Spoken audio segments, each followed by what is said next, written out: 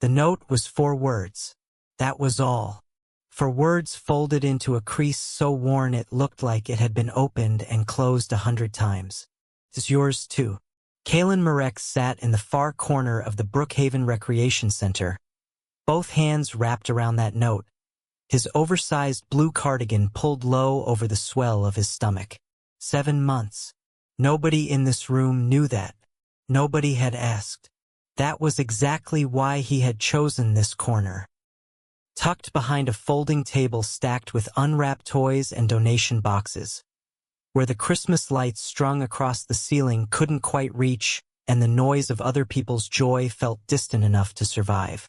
The LGBTQ plus holiday gift drive was loud tonight. Volunteers in matching red shirts laughed near the punch bowl. A man in a Santa hat sorted stuffed animals into age groups. 2 boys kissed under a paper snowflake decoration somebody had taped to the ceiling, and people cheered, and music played, and everyone had somewhere to be and someone to stand beside. Kalen had a note. Hi viewers. If you've ever had to sit in a room full of happy people while carrying something no one else could see, what did that feel like for you? Drop it in the comments. I want to know. He hadn't slept somewhere truly quiet in 11 days. He had eaten half a sandwich for lunch. He was 2 bus transfers away from the last place he could call anything close to familiar, and even that place wasn't safe anymore, which was the entire reason he was here in this corner at this event, holding a note from a man who had never once used his name in writing. Just 4 words, like a grenade with the pin already pulled. He pressed his thumb along the fold again, something he did without realizing it now, a habit born from repetition and dread. His back ached. His feet were swollen inside shoes he had bought 2 sizes too large because nothing else fit right anymore. The cardigan hid what needed hiding, but only barely. Then the front door opened. Cold air swept through the room, and every single person near that entrance took 1 step back. Not dramatically, not all at once, just a natural clearing, like water parting. Like something deep in the air changed pressure and everyone's body responded before their brain caught up. Kalen looked up. The man who walked in wore a charcoal coat that probably cost more than 3 months of anyone's rent in this building. No scarf, no hat, jaw sharp enough to cut, dark eyes that moved across the room the way a security camera moves. Slow, precise, missing nothing. His hands stayed in his pockets. He didn't smile. He didn't nod at anyone who greeted him. He just arrived, and the room felt it. Kalen didn't know his name yet, but his body did something strange. His pulse slowed instead of speeding up, and the scent that drifted faintly across the room, cedar, something colder, something older, hit the back of his throat like a memory he hadn't finished having. The man stopped walking in the middle of the room, for no visible reason, and then slowly, with the kind of stillness that powerful people rarely allow themselves in public, he turned his head, directly toward the corner, directly toward Kalen, and didn't look away. His name moved through rooms before he did. Ridian Vale. People said it the way they said storm warnings, low, quick, like the faster you got it out the less time you had to think about what it meant. He had built the kind of wealth that stopped being impressive and started being dangerous sometime around his 28th birthday. Shipping infrastructure across 6 coastal ports. Private security contracts with 3 federal agencies. Commercial real estate that reshaped entire city blocks while the permits were still being approved. Nobody called him generous. Nobody called him cruel to his face. They called him the Winter King. And they meant it. His younger cousin Darius had spent 2 weeks convincing him to attend tonight. Publicity, Darius said. Visibility. The foundation needs a face and yours is the only one anyone cares about. Ridian had agreed in the way powerful men agree to things they have already decided to do for other reasons. Quietly, without explanation. He hadn't told Darius the real reason. He crossed the room now with that same controlled stillness, exchanging a single handshake with the event coordinator and nothing else. His eyes continuing their sweep until they landed again on the corner where the Omega sat alone. And then Ridian Vale, who had not been surprised by anything in longer than he could remember, felt something pull behind his sternum. Like recognition, like something that had been waiting. He moved toward the corner. 3 steps. 4.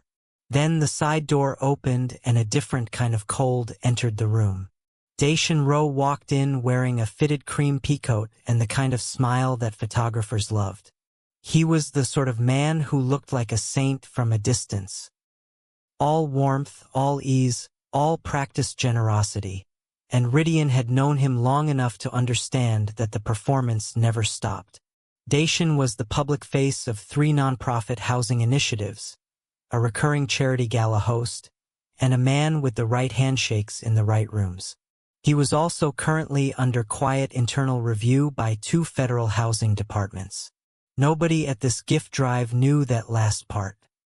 Desan moved through the room like he owned it, collecting smiles, squeezing arms, accepting a volunteer's thanks with a dip of his head that looked humble and wasn't.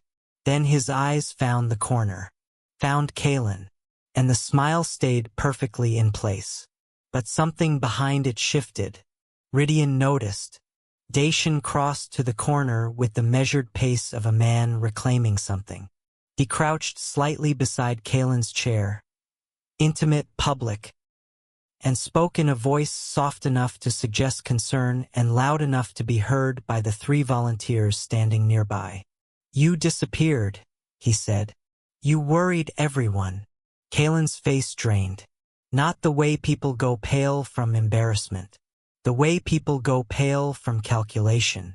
From rapidly assessing distance to exits and the weight of the person beside them and whether the room was safe enough to react in. His hands folded the note once, twice, and tucked it beneath his thigh. Nobody else saw it. Ridian did. He was still 4 feet away when Kaylin shifted his weight to stand. Too fast. The blood moved wrong. His hand grabbed the back of the chair and missed. Ridian closed the distance in 2 steps. His hand reached Kaylin's shoulder before the chair finished scraping backward. The room went quiet. Not all at once. In rings. The way a stone hits water. Because men like Ridian Vale did not reach out for strangers. They did not touch gently. They did not move with that particular quality of attention. Like everything else in the room had stopped matching. Desan straightened slowly. "You know him?" The question came out careful. Measured. The smile still held. Ridian didn't look at him. He was watching the way Kaylin's breath had gone shallow. The way those dark eyes darted once toward the door before settling, reluctantly, suspiciously, on Ridian's face. He answered without turning. "I do now." Desan's smile stayed perfect, but his left hand, at his side, closed into a fist. Ridian finally looked at him then, and whatever Desan read in that look made him take exactly 1 step backward. Kaylin said nothing. He was staring at Ridian with the expression of someone trying to decide whether the thing offering shelter was safer than the storm. And somewhere beneath the Christmas lights and the holiday music and the cheerful noise of a room full of people who had no idea what was happening, Ridian asked, low enough that only Kaylin heard, "Who did this to you?" Kaylin's jaw tightened. His eyes filled but didn't spill. And across the room, Desan pulled out his phone and typed something fast. 1 message. To someone who wasn't in the building yet. Kaylin said no 4 times. He said it quietly the first time, like he was apologizing for the inconvenience of refusing. He said it more firmly the second time, when Ridian gestured toward the exit and the waiting car visible through the glass doors. He said it a 3rd time with his eyes, which Ridian apparently decided didn't count. And the 4th time he said it out loud, sitting in a folding chair with both hands gripping the armrests while a volunteer discreetly pretended not to watch. His voice came out steadier than he felt. I don't need anything from you. Ridian looked at him for a moment. You're shaking, he said. I'm cold. The heat's been running in here for 2 hours. Kalen looked away. His stomach cramped. Low and slow. Not labor, just his body reminding him that 7 months was not a small number and folding chairs were not designed for this, and he had eaten half a sandwich 11 hours ago, and the dizziness from earlier had not fully left. It had just stepped back. Waiting. It didn't wait much longer. The room tilted. Not dramatically. Just a quiet lean to the left. His hand slipped off the armrest. He heard his own breath go strange. Ridian caught him before the chair moved. This time Kalen didn't argue. He didn't have the reserves for it. The car was warm. The leather seat was warm. There was a bottle of water in the cup holder that hadn't been there before they got in, which meant someone had placed it there for him specifically, which meant Ridian had texted ahead, which meant this man moved through the world by making arrangements before anyone knew arrangements were needed. Kalen drank the water and stared out the window and said nothing. The estate announced itself with iron gates and a long driveway lined with bare trees that looked like they had been standing since before either of them was born. The house beyond them was enormous in the particular way that old money was enormous. Not flashy, just permanent. Like it had decided to exist and nothing had ever successfully disagreed. Inside, the house staff did not react audibly, but Kalen caught it. The slight pause in the housekeeper's movement. The way the man at the door, security, definitely security, glanced at Ridian's face for half a second before becoming professionally blank again. Small signals. The kind of signals that said, "This has never happened before." Ridian showed him to a guest room on the second floor. Cream walls. A bed that looked like it had never been slept in hard enough. A window that faced the back garden where snow was collecting along the stone edges. "You don't have to stay longer than tonight," Ridian said from the doorway. Kalen turned to ask him something, and then he saw the door across the hall. It was open, just slightly, but enough. Pale yellow walls. A white crib against the far side. A small rocking chair. A mobile, already assembled, hanging with tiny wooden stars. Kalen stood very still. "That room," he said. Ridian followed his gaze. Something moved across his face. Fast. Controlled immediately after. "It's not in use," he said. "I can see that. Get some rest." He closed the guest room door before Kalen could ask the question that had already formed completely in his mind. A nursery that nobody used. In the home of a man who lived alone. Kalen sat on the edge of the bed and pressed his palm flat against his stomach. The baby moved. A slow roll, unhurried, and he exhaled. Later, when the house had gone quiet, he heard voices beneath the floorboards. Muffled. 2 men. The words wouldn't come clear through the ceiling. Except one phrase. He caught it once. Then twice. "Rose people are still searching." He flinched at the sound of cabinets. That was the first thing Ridian noticed. Not a big flinch, Kalen was practiced at keeping himself small. It was the kind of flinch that had been trained down to almost nothing. A barely there tightening across the shoulders. A pause before reaching for anything. A habit of always knowing where the nearest exit was without visibly checking. Ridian noticed all of it. He said nothing. For 3 days he said nothing about it, which Kalen clearly hadn't expected. People either commented on trauma or pretended it wasn't there in ways that made it worse. Ridian did neither. He simply made sure cabinet doors got closed softly. Made sure voices in the hallway didn't carry. Made sure the kitchen was always stocked with food that required no permission to touch. On the 4th night, Kalen came downstairs at 2 a.m.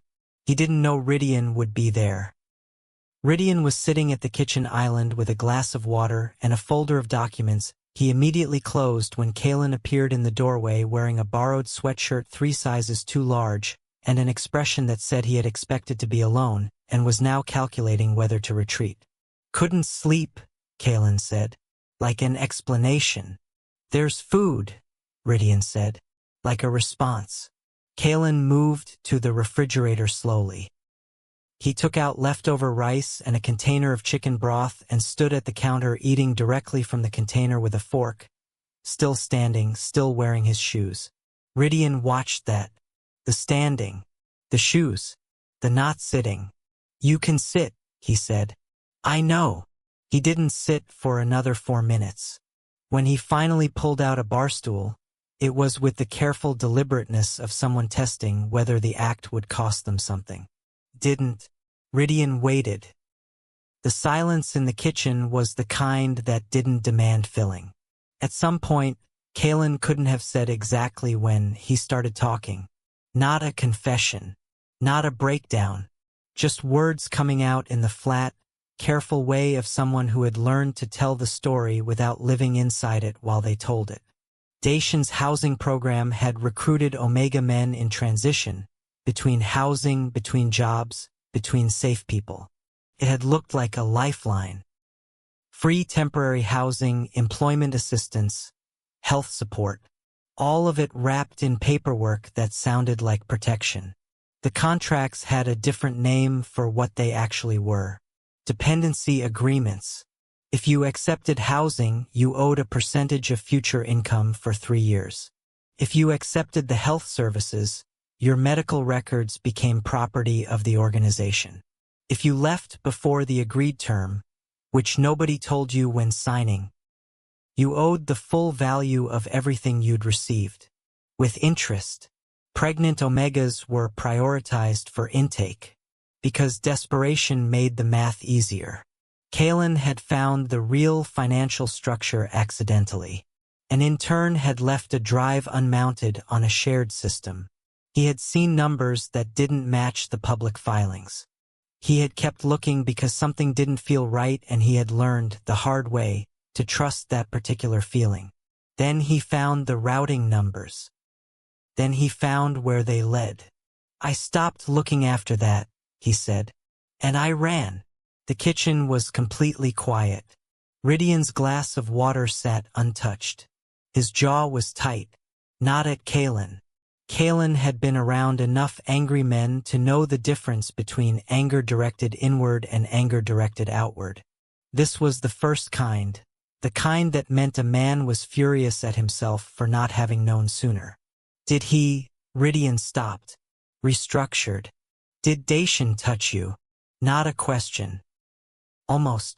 Kalen looked at the rice container in his hands. The silence lasted long enough to be its own answer. Ridian pressed both palms flat against the counter. He breathed in. He breathed out. He did not slam anything. He did not raise his voice. He did not do what Kalen's body had quietly pretensed for. He just sat there, carrying it. "Okay," he said finally, just that one word. But the way he said it, like he was absorbing something heavy enough to change the shape of him, made Kalen look up. For the first time since arriving, he looked directly at Ridian's face without immediately calculating what the expression would cost him. What he found there wasn't pity, wasn't strategy, wasn't the particular kind of concern that came with an invisible invoice. He didn't have a name for it. He didn't trust it yet either. But he looked at it for a full 3 seconds before he looked away. And later, alone in the guest room, staring at the dark ceiling, he thought about the nursery across the hall, and the name he had almost asked about, and why a man who claimed to have no family kept a crib fully assembled in a room no one used. The doctor came on a Tuesday, not a clinic, not a waiting room with flickering lights and plastic chairs and intake forms that asked about insurance Kalen didn't have. Ridian arranged a home visit, a quiet woman named Dr. Amara Osei, who knocked gently, spoke to Kalen first before opening any bag, and asked what he was comfortable with before she did anything at all. That alone almost undid him. The appointment lasted an hour. Baby's heartbeat strong. Position good. Weight low but acceptable. Iron borderline. She left prenatal supplements on the kitchen counter with a note that said which ones to take with food. Ridian stood outside the room the entire time. Not hovering, just present. The distinction was not lost on Kalen. He emerged to find Ridian in the hallway pretending to check his phone, which he clearly hadn't been doing. "Everything good?" Ridian asked without looking up. "Everything's fine." Ridian nodded, put the phone away, and that was the whole conversation. 3 days later, Kalen woke up to a sound he didn't recognize. Low, rhythmic, coming from across the hall. He opened his door. The nursery door was open wider now. Ridian was inside, on the floor. Assembly instructions spread beside him, 2 pieces of something wooden in his hands. Glasses Kalen had never seen him wear pushed up on his forehead, and the expression of a man who had been fighting a furniture problem for longer than he would admit. He looked up when Kalen appeared in the doorway. Neither of them spoke for a moment. "The support rail was backwards," Ridian said finally, as if this explained everything. Kalen leaned against the doorframe. He looked at the mobile of wooden stars above the crib, at the small folded blanket on the rocking chair, at the man sitting on the floor of a room that had clearly been waiting for someone to need it. "You put that together," Kalen said. "It was already assembled." "The mobile." Ridian looked up at it briefly. "It was in a box." A pause.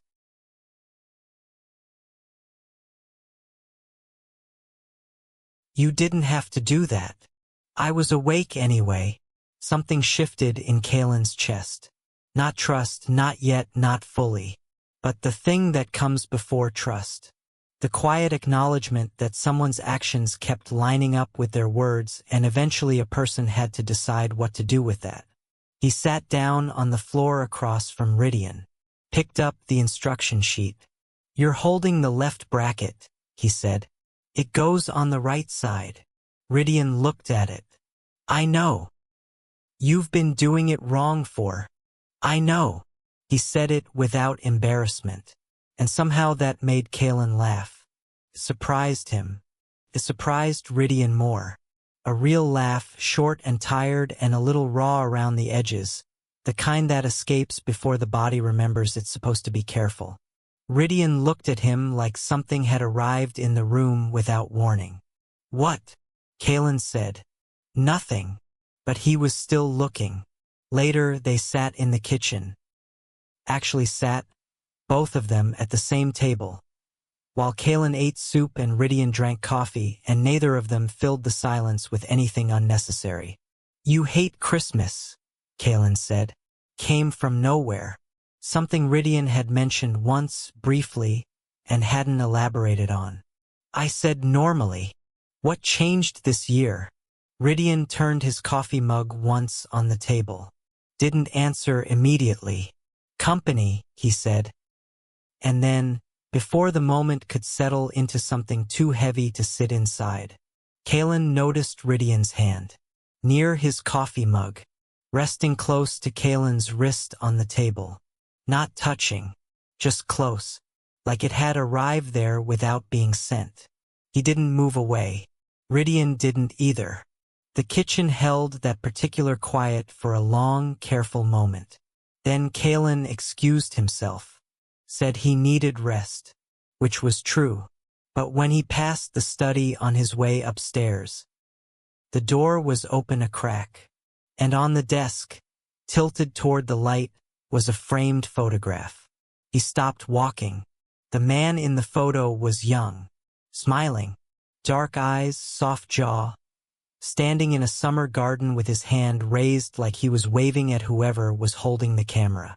He was an Omega, Kalen could tell, and the resemblance, not identical, not a mirror, but the shape of the jaw, the quality of the eyes, was close enough to make his breath catch. He looked at that photograph for 3 full seconds, then walked upstairs quietly, and lay awake for a very long time, wondering who that man had been, wondering what had happened to him, wondering why Ridian Vale, feared, untouchable, alone, had a nursery assembled and waiting, and whether those three things were connected in a way that changed everything about why Kalen was really here. The photograph was gone by morning. Kalen checked. He didn't mean to. He told himself he wasn't going to look, that it wasn't his business, that he had enough weight in his own chest without borrowing someone else's. But when he passed the study door on his way to the kitchen and found it closed, he knew Ridian had noticed him standing there the night before. He hadn't heard him, but Ridian noticed everything. Breakfast was already on the counter. Eggs, toast, cut fruit. No explanation. No ceremony. Just food placed there by a man who had been awake before dawn doing something Kalen wasn't supposed to ask about. He ate standing up this time because he wanted to, not because he was afraid. That distinction felt important. Ridian came in from the back hallway at 9, still in yesterday's shirt, and sat across the island. He had the look of someone who had made a decision and was waiting for the right moment to deliver it. Kalen had spent enough time reading rooms to know that look immediately. "Say it," Kalen said. Ridian looked at him. "The man in the photograph," he said. His name was Kofi. Silence. Just that. The name landed in the kitchen like something physical. "He was my partner," Ridian said. 3 years. He died 4 years ago. Kalen set his fork down. "I'm sorry. There was a fertility clinic." Ridian's voice didn't change temperature. "Kofi had wanted a child. We used a private program. One that was connected to a larger network of registry services for omega pairing and assisted conception among high-income families." He paused. "The program had irregularities we didn't know about until after." Kalen's hand moved to his stomach without him deciding to. "What kind of irregularities?" "Genetic record manipulation, falsified donor registries, insurance fraud, and deeper than that." Ridian stopped. "They were building a controlled lineage system. Babies assigned to elite family registries before conception was even confirmed. The omega parents were the last to know. Sometimes they never knew." The room felt smaller. Kalen heard his own breathing. "The clinic Dacian's organization used," Ridian said. "It was a subsidiary of the same network." Pause on that, because what that meant, what it actually meant for the child Kalen was carrying, was not a small thing. It was not a footnote. It was the kind of information that restructured everything that came before it. "My baby," Kalen said, flat, careful. "We don't know yet," Ridian said. "But there are DNA irregularities in your intake records from Dacian's program. Records you didn't consent to. Records that link to that registry." The world went very quiet. Kalen had done the math on a lot of terrible things in the past several months. He had calculated risks and exits and silences and costs. He was good at math now. Necessity had made him good at it. But this math, the idea that his child had been catalogued, assigned, entered into some wealthy family's inheritance ledger before the baby even had fingernails, that math broke something. Not loudly, quietly, the way glass breaks under pressure that builds too slowly to hear. He pressed both hands flat against his stomach and breathed. And then Ridian was around the island. Not grabbing, not pulling, just there, close, one hand on Kalen's back. Steady, still, like an anchor someone had dropped without making a sound. "The baby is yours," Ridian said. "Whatever else is in those records, whatever they tried to make it mean, that child is yours." Kalen's breath cracked on the exhale. Not a sob, just air finally moving again. He didn't lean into Ridian, but he didn't move away. They stayed like that for a long moment. until the security monitor on the kitchen wall flickered. One of Ridian's men appeared on the small screen, speaking into a radio. Kalen couldn't hear the words, but he watched Ridian's face and saw him go still in a different way, the kind of still that meant bad news had just arrived at the gate. "What is it?" Kalen said. Ridian looked at the monitor, then at Kalen. "There's a black SUV outside," he said quietly. "It's been parked at the service entrance for the past 20 minutes. A beat. That's the third time this week." The story broke at 11:47 p.m. on a Thursday. Kalen was asleep when it happened. He woke to the sound of Ridian's voice.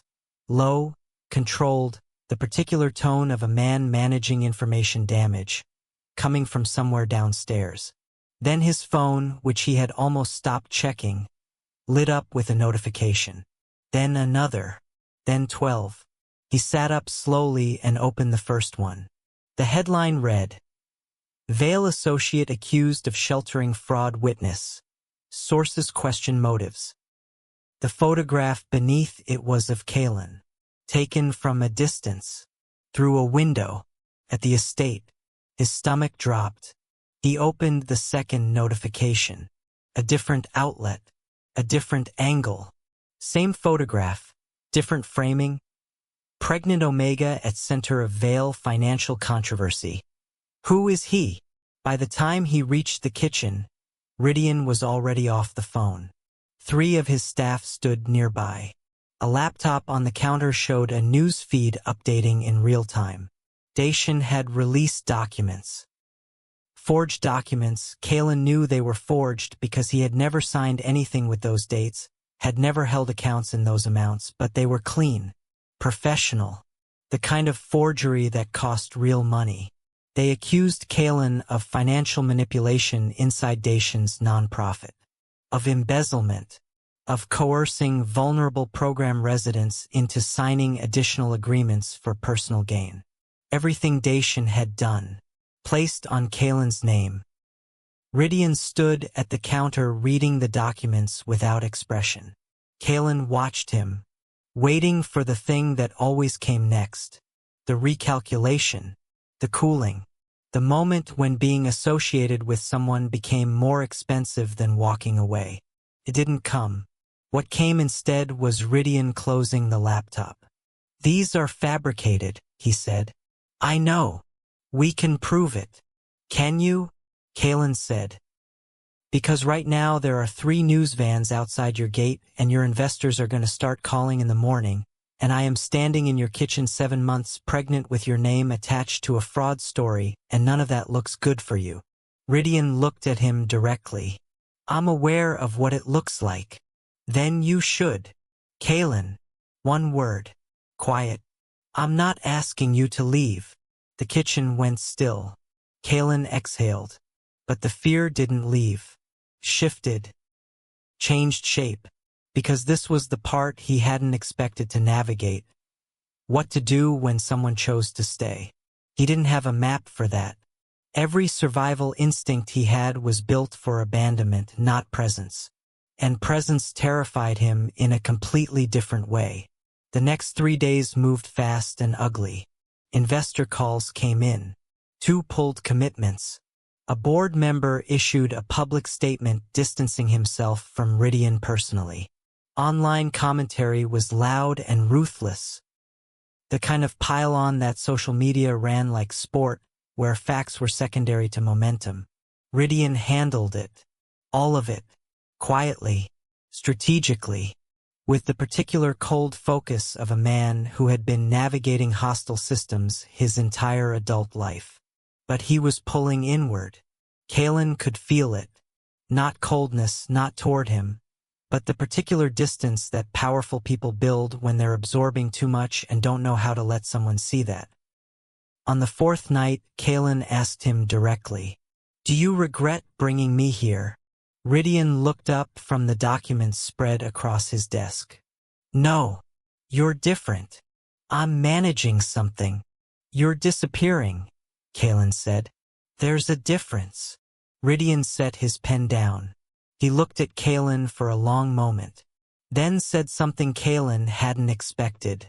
I don't know how to do this without scaring you. The honesty of it landed hard. Do what? Kaylin said. Care about someone who's already been through enough. A pause. Without it becoming another thing they have to survive. The room held that sentence.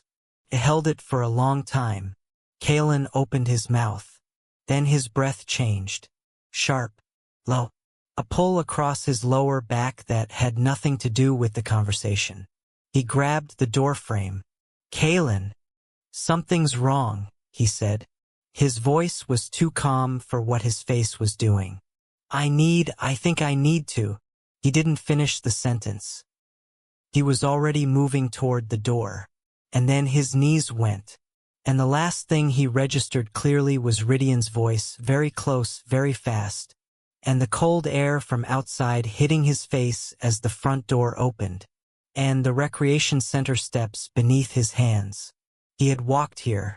He didn't even remember leaving. He had walked out in the storm and ended up here. The same building, the same Christmas lights visible through the glass. And now he was on the ground outside it, and something deep and rhythmic was starting low in his body, and he was 3 weeks early and completely alone. For about 40 seconds. Then headlights. Ridian found him in 4 minutes. Later, when Kaylin was conscious enough to process time, he calculated it. From the moment he had left the estate to the moment those headlights hit the recreation center steps. 4 minutes. Which meant Ridian had moved before Kaylin's phone could have tracked, before any rational search pattern could have reached that location. Which meant he had known. Somehow, he had known where Kaylin would go. The ambulance arrived 6 minutes after that. Ridian was already on the ground beside him. Coat off, draped over Kaylin's shoulders, one hand flat on his back, the other holding his wrist with the particular steadiness of someone forcing their own body to be calm, so the person they're holding doesn't have to be. I've got you, he said. Not a performance. Not a reassurance meant to manage the situation. Just a fact. I've got you. In the ambulance, Kaylin grabbed his hand. Not gently, with both of his. The grip of someone who had spent months refusing to hold on to anything and had finally run out of reasons not to.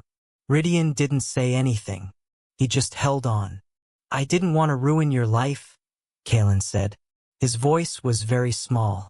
The kind of small that comes from a person finally putting down something heavy. I kept thinking, if I stay, I cost you something. If I trust you, I take something. I've spent so long making sure I didn't cost anyone anything that I... Stop, Ridian said. Kaylin looked at him. And for the first time, the absolute first time, Ridian Vale looked afraid. Not of the medical situation. Not of the media. Afraid of the specific, irreplaceable terror of watching someone you care about believe they are a burden for existing. You didn't ruin anything, Ridian said. His voice was rough in a way it had never been in any board meeting or security briefing or hostile press situation. You're the first thing in 4 years that has felt like something worth protecting. A pause. Not because of what you carry. Not because of what I found out about Desan or the clinic or any of that. He looked at Kaylin directly. Because of who you are. The ambulance moved through wet streets. Outside, rain hit the windows in uneven patterns. Kaylin didn't respond immediately. He was doing the thing he did, checking the words for cost, for catch, for the fine print buried in kindness. He found nothing. Just a man sitting in the back of an ambulance with no coat, holding his hand like it was the only assignment that mattered.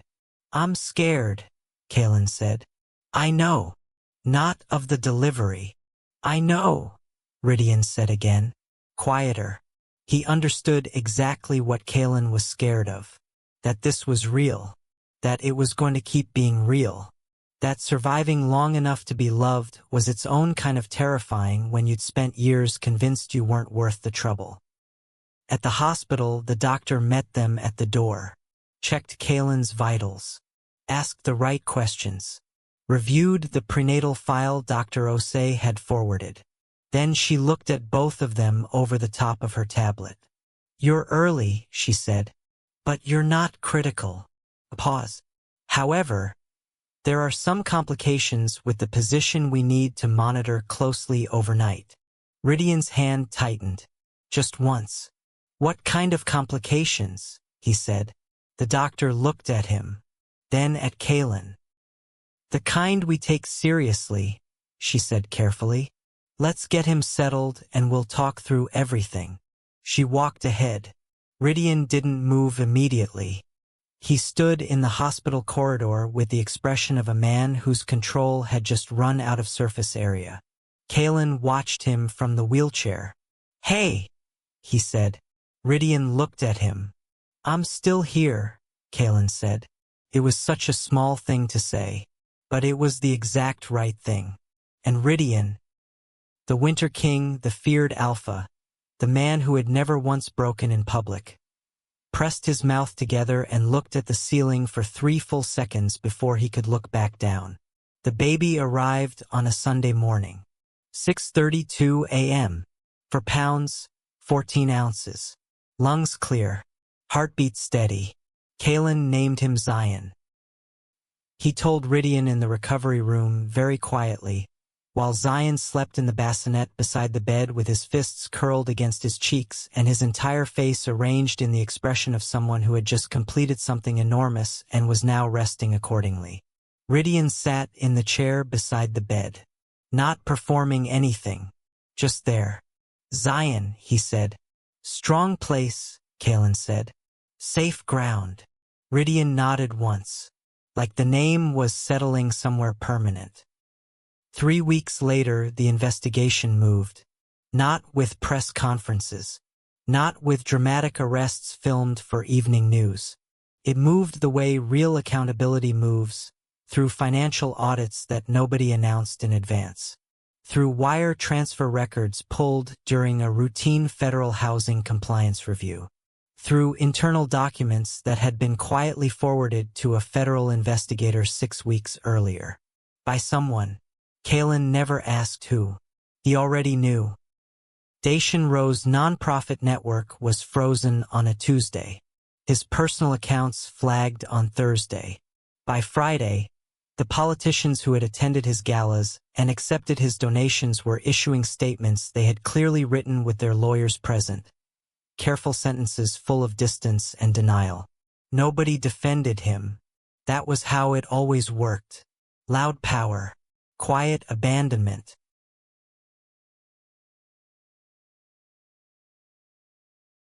The media cycle shifted fast. The same outlets that had run Kaylin's photograph 2 weeks earlier were now running deep dive investigations into Omega exploitation in private housing programs. The forged documents that had accused Kaylin were quietly retracted with corrections buried on page 7. No apology, just a correction. Ridian scheduled a press conference for the following Monday. His communications team assumed it was a statement of distance. A clean, lawyered separation from any connection to the controversy. That was the logical play. That was what powerful men did. You controlled the narrative by narrowing it. Nobody prepared for what actually happened. Ridian walked to the podium in a dark suit. No tie, hands in his pockets. He looked at the assembled press the way he looked at everything, directly without performance. He did not distance himself. He did not issue careful language. He said Kaylin's name. He said Zion's name. He described the Omega registry corruption in plain, specific terms. Named the subsidiary connections. Referenced the federal investigation. Called the dependency contract system what it was, predation, dressed in nonprofit paperwork, targeting the people most desperate for stability. Then he announced the Vail Foundation for Displaced Omegas. $40 million. Legal representation. Emergency housing. Medical advocacy. An independent review board with Omega leadership. A reporter in the third row raised her hand before he finished. Are you saying powerful families are involved in the registry manipulation beyond Dacian Row's organization? Ridian looked at her. The room got very still. Yes, he said. Another hand. Including your own family's connections? A pause. Not hesitation. Something more deliberate than hesitation. Yes, he said again. Including mine. The room erupted. Camera shutters. Shouted questions.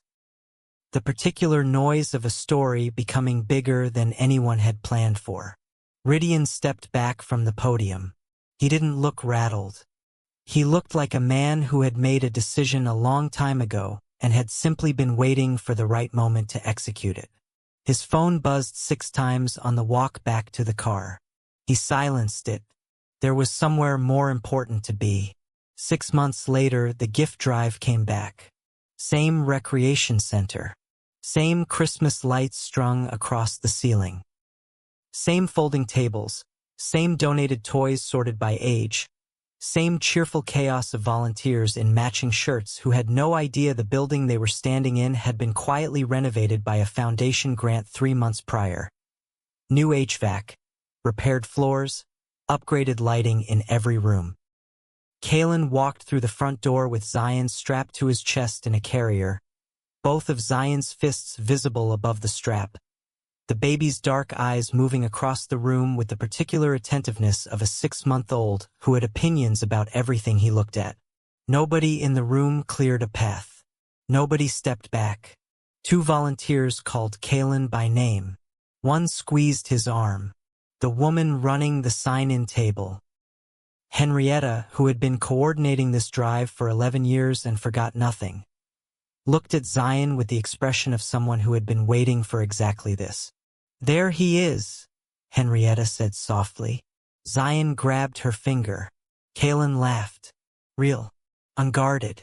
The kind of laugh that happens when a person is no longer monitoring themselves for danger. Ridian came in behind him carrying 2 boxes of donated supplies and the expression of a man who had spent the past 3 months being transformed slowly and without resistance into someone who attended community holiday events and meant it. He set the boxes down, found Kalen across the room. Something passed between them. Not a word, not a gesture. Just the particular communication of people who had learned each other's silences well enough that no translation was needed. Later, in the quieter corner of the room, Kalen sat with Zion half asleep in his lap, while Ridian crouched on the floor assembling a toy train set for the display table.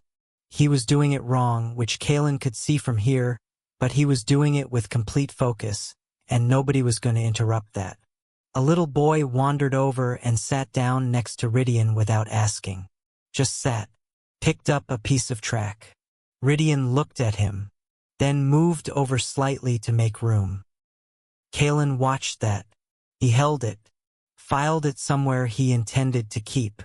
Because this was the thing that nobody told you about survival, that the hardest part wasn't the escaping.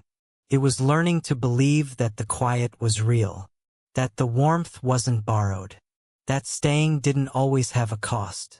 He pressed his cheek against the top of Zion's head, breathed in. Strong place. Safe ground. Ridian looked up from the floor and caught him watching. Kalen didn't look away. Neither did he. At some point in the evening, after the last box was sorted, after Henrietta turned off half the overhead lights and the room went warm and gold, after the little boy who had sat beside Ridian fell asleep in a folding chair and someone draped a donated sweater over him, Ridian came to stand beside Kalen. He reached into his coat pocket, pulled out a small ornament, handmade, carved wood, a simple round shape with one word pressed into the surface. Chosen. He held it out. Kalen took it, turned it over in his hands. He didn't say anything for a moment. Then, "You made this." "Badly," Ridian said. "The sea is crooked. I'm aware. I love it," Kalen said. And he meant it the way he was learning to mean things again. Fully, without immediately reaching for the exit. Ridian sat beside him. Their shoulders touched. Neither of them moved apart. Outside, snow had started again. Quiet this time, no wind, just white coming down soft over the city like the whole world was being covered gently. Inside, Zion slept, and Kalen held the ornament in both hands and thought about the version of himself who had sat in this exact building 6 months ago, alone in the corner with a folded note and no idea what came next. He thought about what he would tell that version of himself. Not "don't be afraid." Fear was honest. Something else. Something closer to "hold on." Not because the pain stops, but because what comes after it is worth knowing. Across the room, Helen, one of Ridian's foundation coordinators, touched his arm quietly and leaned in. "Another survivor contacted us this morning," she said, low, through the foundation line. "Young. Omega. He's in Macon." Ridian listened, nodded once. "Monday," he said. "Set the call." Helen moved away. Kalen shifted Zion in his arms. "It's not over, is it?" he said. Ridian looked at the room around them, at the lights, at the volunteers, at the small world of ordinary warmth they were sitting inside. "No," he said. Pause. "But we're not running from it anymore." Zion made a small sound in his sleep, reaching for something. His tiny fingers closed around Kalen's thumb and held on. And in that moment, sitting in the building where everything had started, surrounded by chosen people, with the ornament warm in his palm and the snow falling outside and the man beside him solid and real and staying, Kalen understood something he hadn't been able to name before. Their story had never been only about them. It had always been bigger than that. And the next chapter had already begun. If the story moved you, if you've ever had to sit in a room full of people and feel completely invisible, or if you know what it means to finally be seen by someone who chose to stay, share this with someone who needs to hear it today. Subscribe and turn on notifications so you never miss a story like this one. New stories drop regularly. Stories about survival, about unexpected love, about the kind of found family that changes everything. And drop a comment below. Tell me what part of this story stayed with you. Was it the moment Ridian caught him? The ornament? Or something quieter than that? Your thoughts inspire more people than you know. See you in the next one.